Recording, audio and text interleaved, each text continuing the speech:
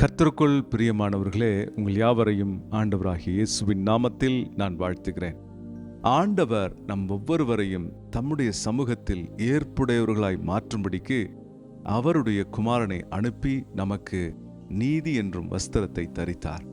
அன்பானவர்களே, இயேசுவை நாம் ஏற்றுக்கொள்ளும் பொழுது நாம் நீதிமான்களாக அவருடைய சமூகத்தில் நிற்கத்தக்கவர்களாக மாறுகிறோம். ஆகவேதான் வேதம் சொல்லுகிறது, நீதியினால் ஸ்திரப்பட்டிருப்பாய்.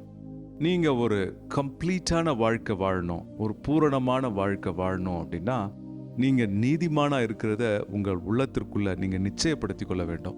அது நம்மளா தானாவே செய்ய முடியாது. நமக்கு தேவனுடைய நீதி கிருபையாக கொடுக்கப்படுகிறது.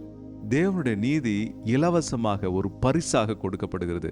அன்பானவர்களே, நாம் நீதிமான்கள் அல்ல, நான் நீதிமான் கிடையாது, நாம் பாவி என்று நம்மை ஏற்றுக்கொள்ளும் பொழுது ஆண்டவருடைய சமூகத்துல இயேசுவை நம்முடைய பாவத்தை மீட்ட இரட்சகர் என்று சொல்லும் பொழுது உங்களுக்குள் நீதி ஒரு பரிசாக கொடுக்கப்படுகிறது. அந்த நீதி உங்களுக்குள் வரும் பொழுது நீங்கள் நீதிமான் என்ற ஸ்தானத்தை பெறுகிறீர்கள்.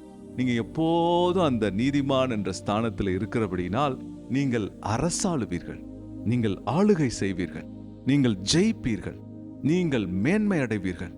நீதி உங்களை ஸ்திரப்படுத்தும். ஒவ்வொரு நாளும் ஒரு மாதிரி தள்ளாடி வாழ்ற வாழ்க்கை கிடையாது. நீங்க ஸ்திரப்பட்ட உறுதியான வாழ்க்கையை வாழ போறீங்க.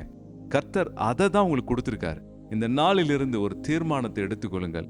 நான் இயேசுவின் இரத்தத்தினால் கழுவப்பட்ட நீதிமான், நான் நீதிமானாக இருக்கிறேன் என்று சொல்லி உங்களை நீதிமானாக பாருங்க. நீங்க பார்க்க ஆளுகை செய்வீங்க. நீங்க அப்படி இயேசுவுக்குள் உங்களை பார்க்க ஜெயம் பெறுவீர்கள். கர்த்தர் உங்களை ஸ்திரப்படுத்தி ஆசீர்வதிப்பாராக. நீங்க ஒரு டைனமைட் போல ஒரு பவர்ஃபுல் பர்சனா இருப்பீங்க. ஆமென். கர்த்தர் உங்களை வழி நடத்துவார்.